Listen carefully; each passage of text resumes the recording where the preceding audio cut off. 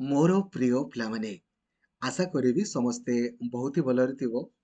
ଏହି ଭିଡ଼ିଓରେ ଆମେ ଡିସ୍କସନ୍ କରିବା ବହୁତ ସାରା ଟପିକ୍ ଉପରେ, ଯେମିତିକି ଜୁନିୟର ଟିଚରର ଫାଷ୍ଟ ଫେଜ୍ ସରିନି ଏପର୍ଯ୍ୟନ୍ତ, ସେକେଣ୍ଡ ଫେଜ୍ ଆପଣଙ୍କର ଆସିଗଲା। ଆଜିର ପ୍ରତ୍ୟେକଟି ନ୍ୟୁଜ୍ ପେପରରେ ବଡ଼ ବଡ଼ ହେଡ଼ିଂ ଆପଣଙ୍କର ପବ୍ଲିଶ ହେଇଯାଇଛି ତା ସମ୍ପର୍କରେ। ତା ସହିତ ଇଗ୍ନୋରେ ବର୍ତ୍ତମାନ ଆପଣଙ୍କର ଆଡ଼ମିସନ୍ ଚାଲିଛି। +3 ମଧ୍ୟ ଆପଣମାନେ କରିପାରିବେ, ପିଜି ମଧ୍ୟ କରିପାରିବେ। କୌଣସି ବି ଏକ୍ଜାମ୍ ଆପଣଙ୍କର ଦେବାକୁ ପଡ଼ିବନି, ଡାଇରେକ୍ଟଲି ପଢ଼ିପାରିବେ ଆପଣମାନେ। ଠିକ୍ ଅଛି।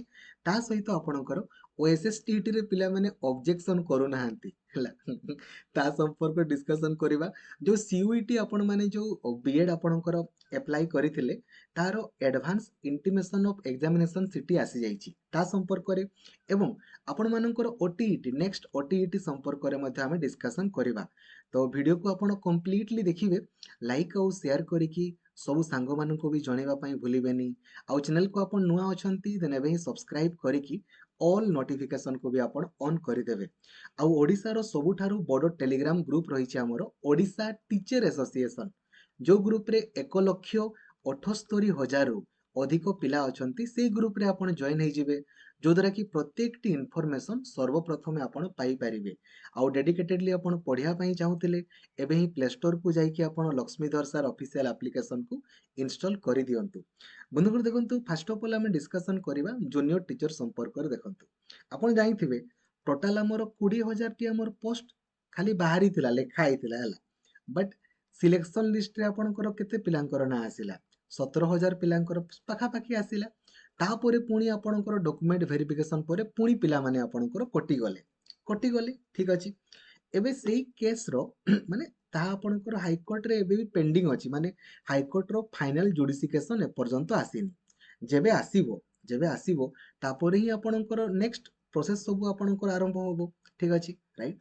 ତ ସେଇଟା ଆପଣଙ୍କର ସରିନି ଏପର୍ଯ୍ୟନ୍ତ, ମାନେ ସେଇ ଯେଉଁ ଭେକେନ୍ସି ସେଇଗୁଡ଼ାକୁ ହିଁ ଆପଣଙ୍କର ପୁଣି କହିଦିଆଗଲା କ'ଣ ନା ନେକ୍ସଟ ଫେଜ୍ ଆପଣଙ୍କର 10,000 ଆପଣଙ୍କର ପଦବୀ ଆସିବ। ଠିକ୍ ଅଛି। ପଦବୀ ଆସିବାରେ କିଛି ଅସୁବିଧା ନାହିଁ, ବଟ୍ ଫିଲ୍ଅପ୍ କେତେ ହେଉଛି ସେଇଟା ହେଉଛି ମେନ୍ ଜିନିଷ। ଆଉ ଲେଖି ଦିଆହେଉଛି, ଦେଖନ୍ତୁ, ଚଳିତ ବର୍ଷ 30,000 କନିଷ୍ଠ ଶିକ୍ଷକ ନିଯୁକ୍ତି ହେବେ, ମାନେ ଏପଟେ 20 ଏପଟେ 10, 30,000। ବଟ୍ ଆକ୍ଚୁଆଲି କେତେ ଫିଲ୍ଅପ୍ ହେଉଛି ହେଲା, କଥା ହେଉଛି ସେଇଟା। ମାନେ ଲେଖି ଦେଉଛନ୍ତି ବଡ଼ ବଡ଼ ଅକ୍ଷରରେ, ବଟ୍ ଦେଲା ବେଳକୁ ତାଙ୍କର କ'ଣ କହିବେ, 30,000ଟି ପିଲା ଆପଣ ଯଦି ପାଇଥାନ୍ତେ, କେତେ କେତେ ପିଲାଙ୍କର କେତେ ବେନିଫିଟ୍ସ ହେଇଥାନ୍ତା। ବଟ୍ ଆପଣ ଆଉ କ'ଣ କହିବେ। ତାପରେ ନେକ୍ସଟ OTET କଥା ଦେଖନ୍ତୁ। OTET ଜୁନିୟର ଟିଚର ଯଦି ଆପଣଙ୍କର ଆସୁଛି, ଦେନ୍ OTET ଆପଣଙ୍କର ନିହାତି ଆସିବ।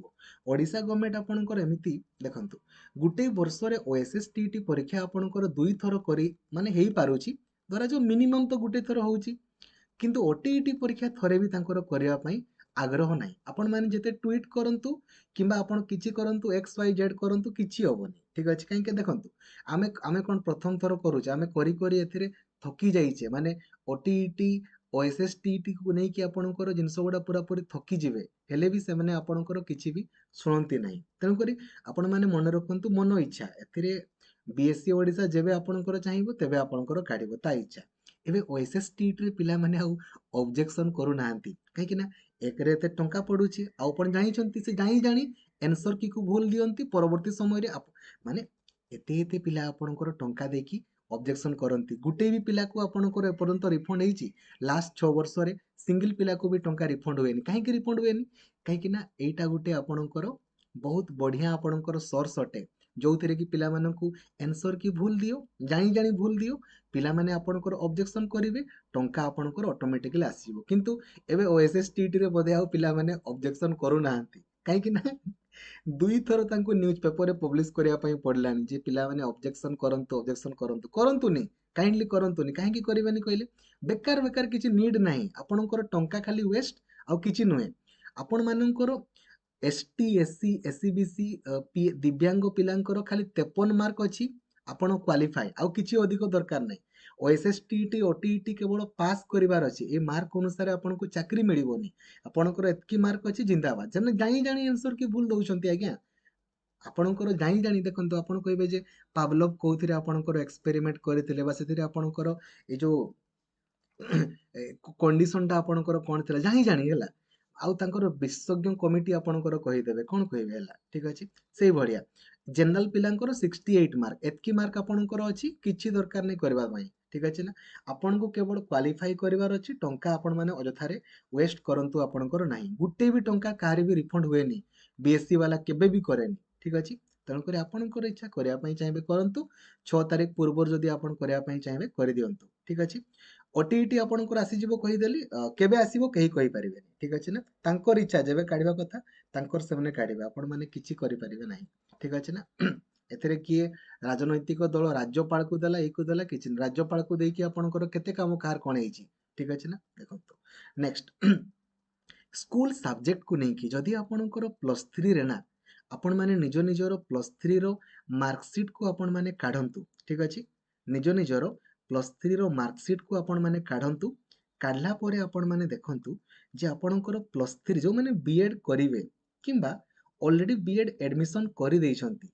जदि आपणकर स्कूल सब्जेक्ट नाही ना देन आपण माने हाई स्कूल टीचर हेई परिबेनी किंबा ओएसएसटीटी परीक्षा देई परिबेनी ओएवीएस टीचर हेई परिबेनी किछि भी नय केवल अपार प्राइमरी टीचर टा आपणकर हेबे आ किछि नै अपार प्राइमरी टीचर पई भी आपणकर +3 रे परसेंटेज दरकार काहे कि ना बीएड करूछंती आपण बीएड केमती करिवे +3 मार्क अनुसार बीएड हुए तो जदि आपण +3 निजर मार्कशीट को ओपन करंतु जो माने आर्ट्स पढिचंती किंबा कॉमर्स पढिचंती जो माने +3 रे एई भितरु आपणकर दुईटा थिबा दरकार केते मार्क रो पढिचंती ऑप्शनल कोन कंपलसरी कोन किछि मतलब नै आपण निजरो मार्कशीट को देखंतु एई ना गुडा अछि कि English Odia Hindi Sanskrit history geography economics political science Indian economy landmarks in Indian history Indian geography Indian polity communicative English business economics एई भितरु जदि आपणकर दुईटा लेखा आइछि मार्कशीट रे आपण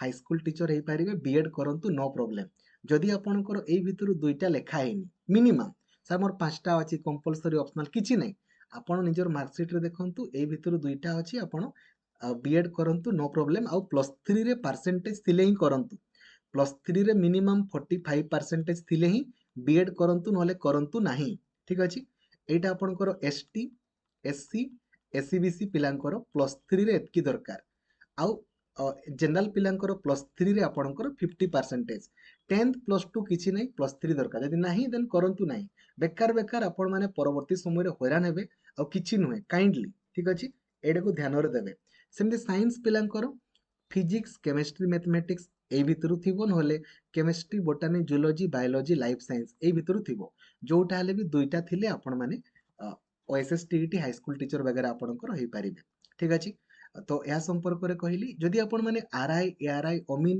अंगनवाड़ी सुपरवाइजर अप्लाई करि नाहंती काइंडली अप्लाई करंतु साइट बहुत स्पीड चली छी लास्ट डेट पूर्वरु अप्लाई करि दियंतु सांग माननकु जणांतु जे भी +3 आपणकर पास करिसंती सेमने सब पोस्ट अप्लाई करि पारिबे जे खाली +2 पास करिसंती सेमने एआरआई अमीन एसएफएस अप्लाई आपणकर करि पारिबे ठीक अछि नेक्स्ट एबे वर्तमान इग्नू रे आपणकर एडमिशन चली छी सरीनी आपणकर देखंतु आपण माने सिंपली गूगल सर्च करेंगे इग्नू एडमिशन तो आपण माने +3 पीजी एडमिशन आपणकर करि पारिबे 10 मार्च सुथिया या पई कोनोसी भी आपणकर ए जो एग्जाम देबा पई पड़िबोनी बिल्कुल आपण माने डायरेक्टली एडमिशन करि पारिबे निज घर पाखरे जोठी भी आपणकर स्टडी सेंटर थिबो सेठी जिबे कोनोसी भी क्लास वगैरह आपन को करिया पई पड़िबोनी केवल परीक्षा देबा पई जिबे असाइनमेंट आपणकर सबमिट करिवे परीक्षा देबा पई जिबे जदि आपण माने एडमिशन माने अप्लाई करूछंती एडमिशन हेबो कन्फर्मेशन पई टिके टाइम लागे कन्फर्मेशन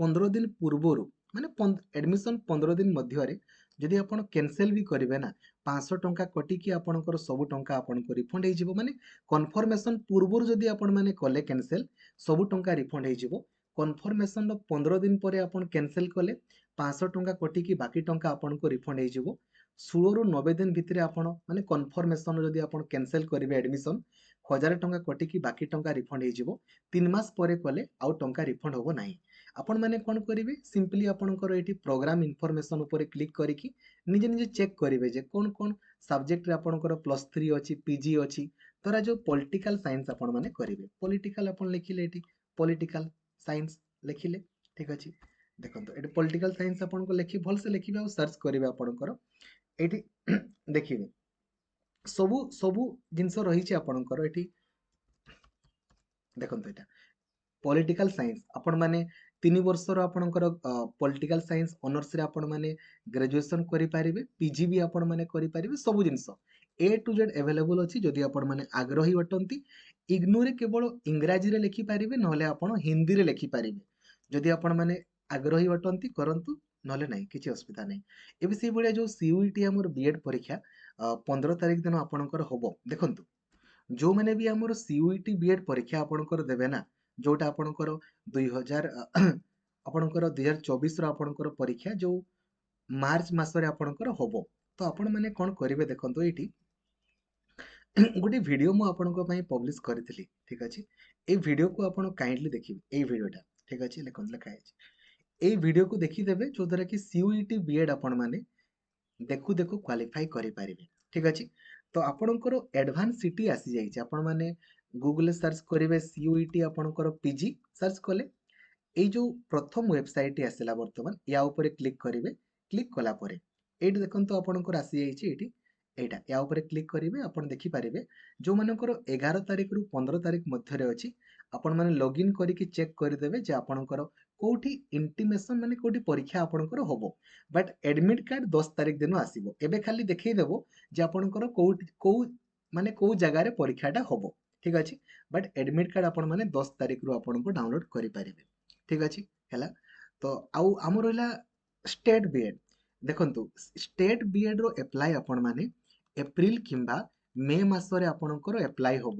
ଷ୍ଟେଟ୍ B.Ed ବା ଯୋଉଟା ଆମେ ଗଭର୍ଣ୍ଣମେଣ୍ଟ B.Ed କହୁଛେ ଓଡ଼ିଶାର, ଆଉ ୟାର ପରୀକ୍ଷା ଆପଣଙ୍କର ଜୁନ କିମ୍ବା ଜୁଲାଇ ମାସରେ ଆପଣଙ୍କର ପରୀକ୍ଷା ହବ, ଠିକ୍ ଅଛି। ତ ଟାଇମ୍ ଆପଣଙ୍କ ପାଖରେ ଅଛି। ଆପଣଙ୍କୁ ସିଓର ସଟ୍ କ୍ୱାଲିଫାଇ କରିବାର ଅଛି। ୟୁଟ୍ୟୁବରେ ସର୍ଚ୍ଚ କରନ୍ତୁ B.Ed planning video by Lakshmidhar sir.